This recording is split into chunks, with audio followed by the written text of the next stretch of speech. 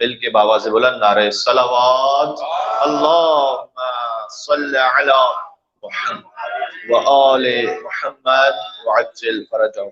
بسم اللہ الرحمن الرحیم۔ 15 رجب المرجب ہے۔ اللہ تعالیٰ کا شکر ہے کہ اس نے اعمال ام داؤد کے لیے ہمیں یہاں جمع ہونے کی اور اعمال کرنے کی توفیق عنایت فرمائی ہے۔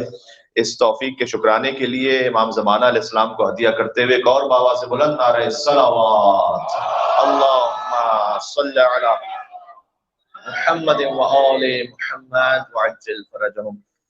جزاک اللہ۔ مختصر سی اس اعمال کی تھوڑی سی ہسٹری۔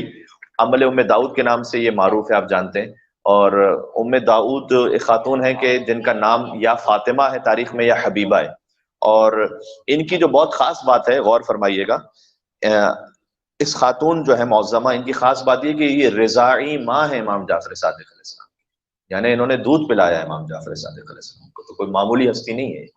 اور یہ زوجہ ہیں حضرت حسن مصنع کی، یعنی حضرت حسن مصنع ابن امام حسن مجتبی ابن مولا امیر المومنین علی ابن ابی طالب علیہ السلام۔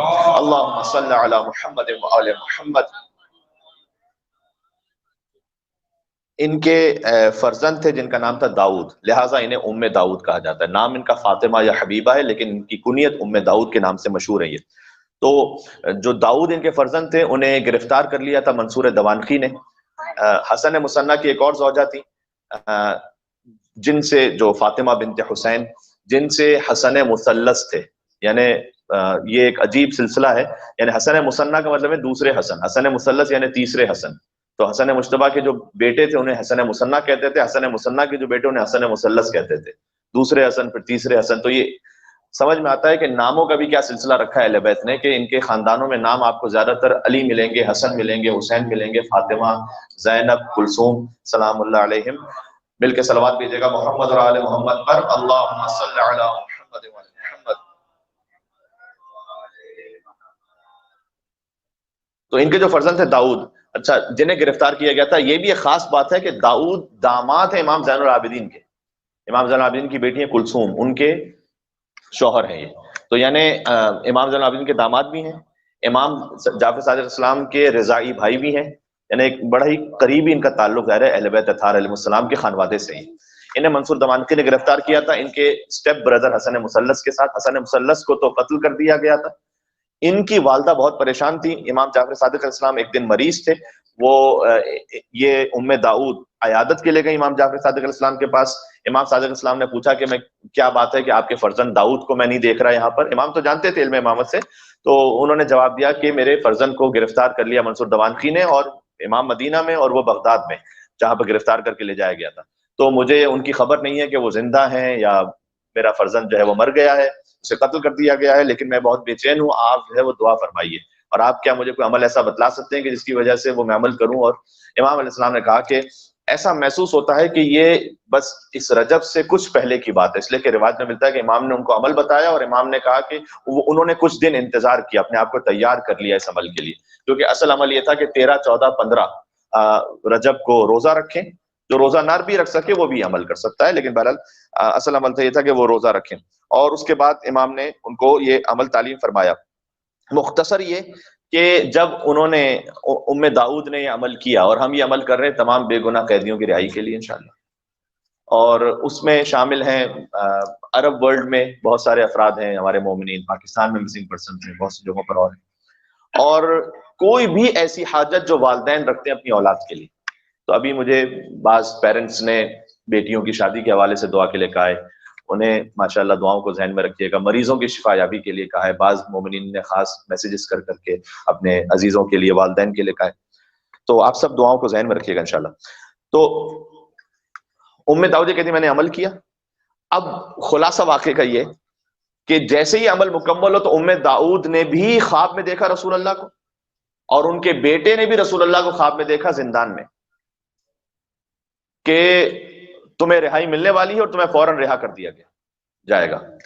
اگلی صبح منصور دوانخی نے انہیں بلایا، انہیں تیز رفتار سواری دی، 10,000 دینار دیے یا درہم دیے، اور کہا کہ آپ تشریف لے جائیے۔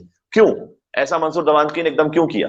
اس لیے کہ منصور دوانخی نے مولا علی کو خواب میں دیکھا تھا جلال کے عالم، اور مولا علی علیہ السلام نے کہا تھا کہ سامنے آگ ہے، تم میرے بچے کو رہا کر دو ورنہ میں تمہیں اس آگ میں ڈالوں گا۔ تو یہ تو بات ہے کہ اگر ویسے تو خیر سب ایک ہی نور سے ہیں، لیکن اگر بات کہنے کو کہی جائے تو حضور جمال خدا کے مظہر ہیں اور علی جلال خدا کے مظہر ہیں۔ تو وہ جو جمال کے مظہر تھے وہ آئے داؤد کے خواب میں، اور جو جلال کے مظہر ہیں وہ آئے منصور دوانکی کے خواب میں کہ تجھے عذاب ہوگا، اور اس کے بعد اسے منصور دوانکی کو رہا کرنا پڑا۔ تو مختصر یہ کہ اسے عمل ام داؤد اس لیے کہا جاتا ہے، حالانکہ امام صادق علیہ السلام نے تعلیم فرمائی، اس کی بالکل مثال ویسی ہے جیسے دعائے کمیل مولا علی نے تعلیم فرمائی ہے، لیکن مشہور ہے دعائے کمیل۔ اس طرح سے ام داؤد عمل جو ہے وہ امام جعفر صادق نے تعلیم فرمایا، لیکن مشہور ہے ان کے نام سے، لیکن انہیں تعلیم فرمایا۔ اور جو عمل ہے وہ اس طرح سے ہے کہ خضوع و خشوع کے ساتھ ظہر اثر کی نماز پڑھیں، اور ایک ایسی جگہ بیٹھ جائیں جہاں سے توجہ نہ ہٹ سکے، یعنی کوئی دنیاوی طور پر کوئی توجہ ادھر ادھر نہ جائے، اور نماز کے بعد قبلہ رخ ہو کر ان صورتوں کو پڑھیں۔ 100 مرتبہ سورہ الحمد پڑھیں، 100 مرتبہ سورہ اخلاص پڑھیں، 10 مرتبہ آیت الکرسی پڑھیں، پھر سورہ انعام پڑھیں، سورہ بنی اسرائیل، سورہ کہف، سورہ لقمان، سورہ یاسین، سورہ صافات، سورہ سجدہ، سورہ شورى، سورہ دخان، سورہ فتح، سورہ واقعہ، سورہ ملک، سورہ قلم، سورہ انشقاق، اور سورہ انشقاق کے بعد آخر تک قرآن کی ساری صورتیں ایک کے بعد ایک پڑھیں، اور آخر میں دعائے استفتاح پڑھیں جسے دعائے ام داؤد بھی کہا جاتا ہے۔ روایت میں خدا آسمان کے دروازے اس شخص کے لیے کھول دیتا ہے، فرشتے اس کی حاجت کی قبولی کے لیے بشارت دیتے ہیں، اور اس دعا کا ثواب بہشت سے کم نہیں ہے، یعنی کم سے کم جنت ہے۔ اس دعا کا جو ثواب ہے وہ کم سے کم جنت ہے، ٹھیک ہے، زیادہ سے زیادہ کیا ہے اللہ جانتا ہے۔ شیخ توسی، سید ابن طاؤس، علامہ مجلسی جیسے مشہور علماء نے لکھا ہے کہ دعائے ام داؤد مشکلات کی برطرفی کے لیے، فقط اس لیے نہیں کہ بچوں کی کوئی حاجت ہو، مشکلات کی برطرفی، حاجت روائی اور ظلم و ستم کے خاتمے کے لیے انتہائی مؤثر ہے۔ آپ سے گزارش ہے کہ مل کے صلوات دیجیے گا اس دعا کی عظمت پر، اللہم صلی علی محمد و آل محمد۔ اچھا، یہ تو وہ صحیح تفصیلی اور اصل طریقہ ہے جو انشاءاللہ ہم یہاں انجام دیں گے، لیکن میں معلومات کے لیے آپ کے بتا دوں کہ امام علیہ السلام نے یہ بھی کہا کہ اگر تم ان سوروں کو صحیح طرح سے نہ پڑھ سکو، یا اتنی گنجائش نہ ہو کہ اتنے سارے سورے ظاہر پڑھنا نہ پڑھ سکو، تو ایک اور عمل امام نے بتایا کہ جو اور روایات میں آیا ہے کہ مثلاً 100 مرتبہ سورہ الحمد، 100 مرتبہ سورہ اخلاص، 10 مرتبہ آیت الکرسی کے بعد 1000 مرتبہ قل هو اللہ احد پڑھ لو، ان سوروں کے بجائے 1000 مرتبہ قل هو اللہ احد پڑھ لو۔ پھر ایک شیخ مفید نے لکھا کہ اگر 1000 مرتبہ بھی نہ ہو سکے تو 100 مرتبہ دوبارہ سے قل هو اللہ احد کو پڑھ لیں۔ تو یہ کچھ اور طریقے بھی بیان کیے گئے ہیں روایت میں، لیکن انشاءاللہ ہم یہاں پر ظاہر ہے کہ جو ایک پورا پراپر طریقہ ہے اس کے مطابق اس کو انجام دیں گے آپ سب کی مدد سے انشاءاللہ۔ مل کے صلوات دیجیے گا محمد اور آل محمد پر، اللہم صلی علی محمد و آل محمد۔